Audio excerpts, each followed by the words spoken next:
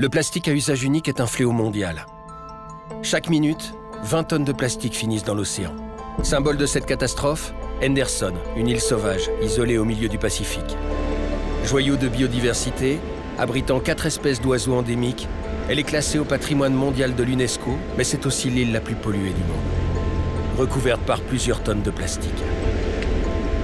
Partenaire historique de Plastic Odyssey, la Matmut agit pour lutter contre le plastique à usage unique.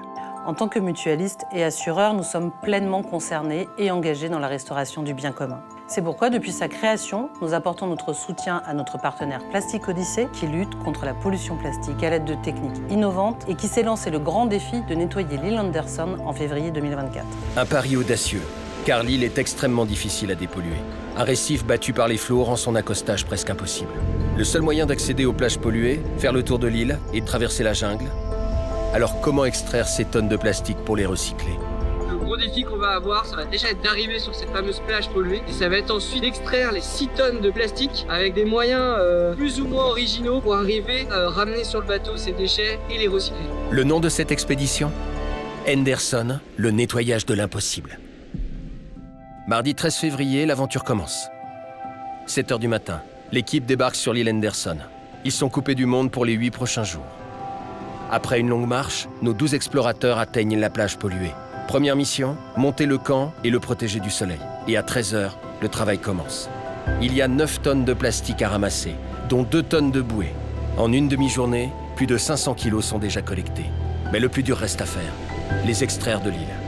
De l'autre côté du récif, un navire attend l'arrivée des premiers sacs. Mercredi 14 février, extraction par les mers. L'équipe charge 3 radeaux de big bag de 100 kg chacun.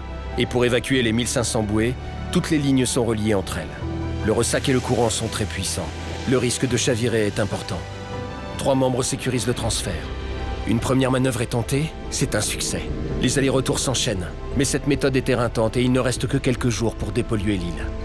Heureusement, plusieurs techniques innovantes ont été développées pendant les préparatifs. Et le moment est venu de déployer la plus spectaculaire.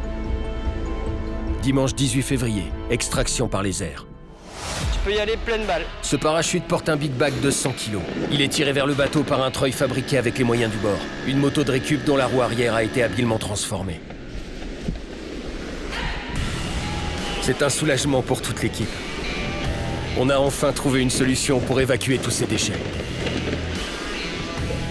Les gars, on envoie le dernier sac là. Ouais, c'est bon les gars, on réceptionne là.